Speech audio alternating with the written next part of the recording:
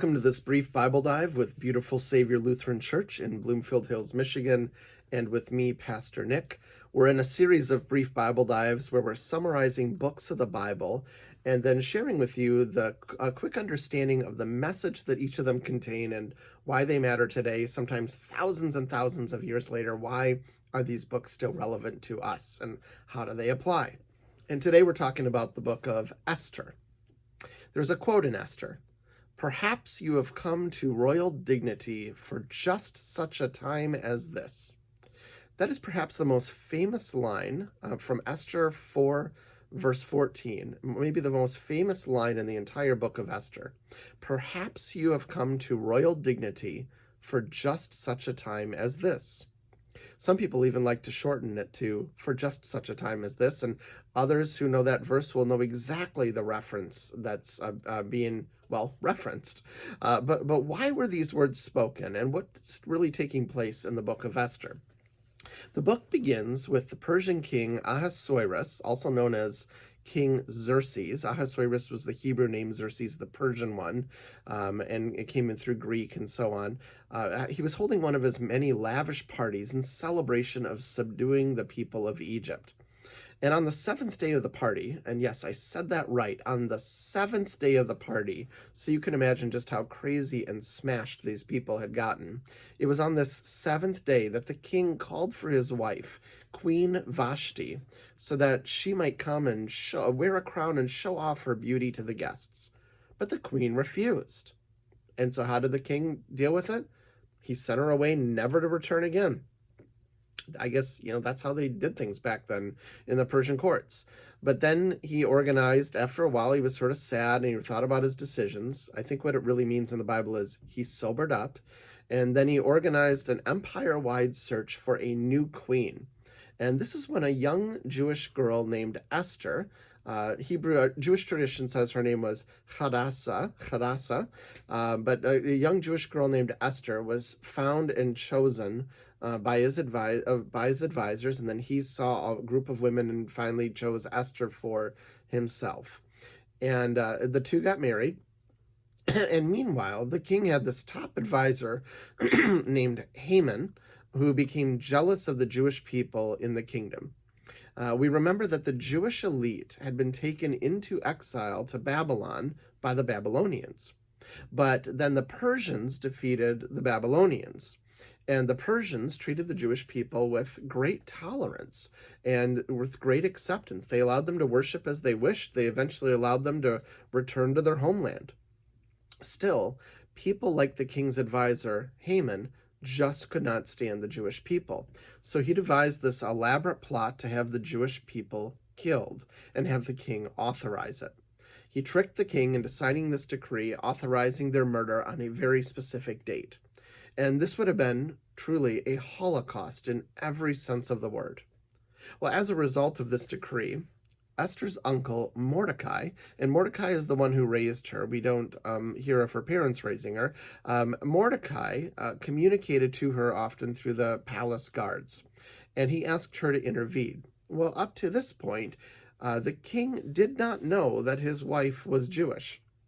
Queen Esther was afraid to talk to the king because a person could be put to death for approaching the Persian king without being summoned by him. Even the king's wife could be killed for doing this. But thankfully, as we hear in the story, the king was very enamored with Esther and so was fine with her approaching.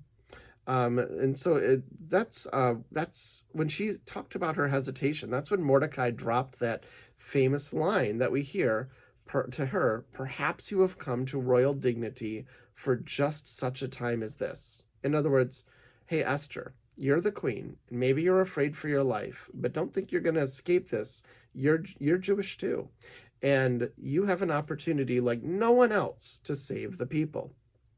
Well, this gave her the courage she needed. She intervened by throwing this feast and inviting Haman, the king's advisor. He kind of thought, oh, this is a great honor. But it was during this feast that she dropped the bomb that Haman had tricked the king into signing this decree that would have led not just to the death of her own people, but to the queen herself. I mean, the scene is quite Shakespearean in its drama, or perhaps we might say that Shakespeare was quite Esther-like in his drama and in his concluding scenes. Well, of course, how did the king respond? He loved his wife. The king was outraged. He stormed out into the palace gardens, which, as a fun aside, this Persian palace in Susa, modern-day Iran, this Persian palace has been unearthed by archaeologists, and we've actually found where those exact inner gardens were that the king probably wandered, or not probably, where it says he wandered around.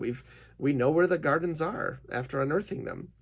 Well, he commanded also, he didn't just pace or anything, he commanded that Haman and much of his family would be executed as a result of this. But still, the tension in the story didn't conclude there, because the Persian king's decrees were final.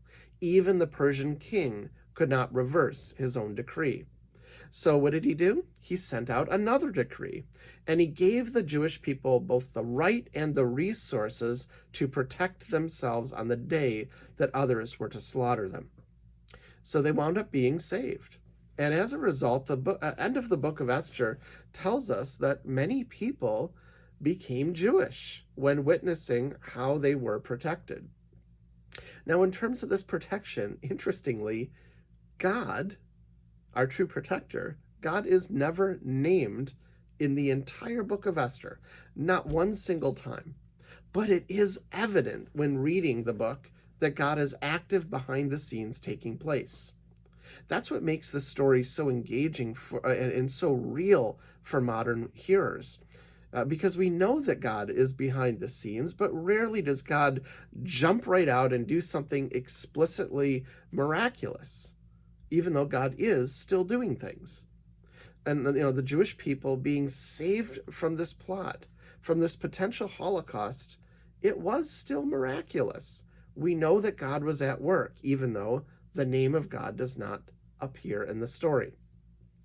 These events led to the Jewish people of, the Jewish festival of Purim, and it recounts the story. And it's why Hamantashen is eaten during this festival. It's named after Haman, their enemy.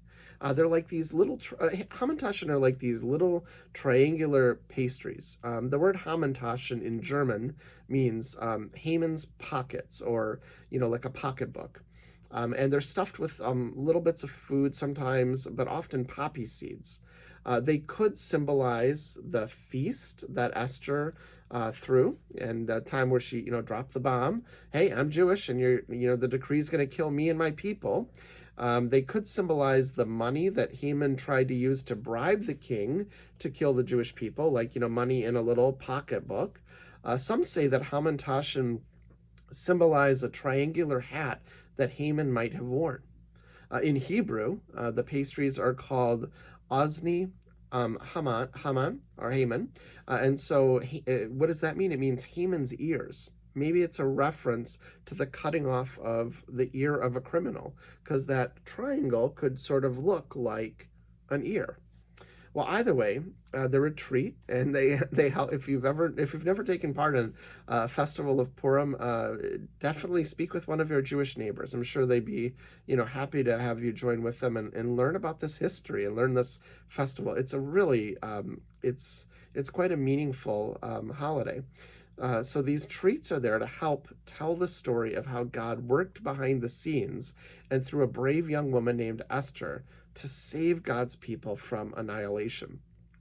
Another fun part of this too is we have some evidence of this festival, as well as the name of Vashti, the first queen, from Herodotus, the Greek historian. Now, the name of Vashti sounds a little bit different, of course, in Greek, but the festival for celebrating the end of this conquer over Egypt, it's recorded by Herodotus, and it would be actually this same king Xerxes the first, or Ahasuerus, who would fight against those Greek people, the people of which Herodotus was a part. So there's so many historical connections to parts of the story, not all of it, but to parts of the story that we find outside of the Bible that makes it really fun as well. So that's the Book of Esther in a nutshell. To learn more about Beautiful Savior Lutheran Church, our website is bslc.org. mi.org. Of course, we'd love for you to like this video, to share it with someone that you think would like to learn more about the Book of Esther or maybe the Festival of Purim. Again, I recommend speaking with your Jewish neighbors to learn a lot more about it. But we'd also love for you to subscribe to this channel so you know when more things like this pop up. Now, go love God and love your neighbors.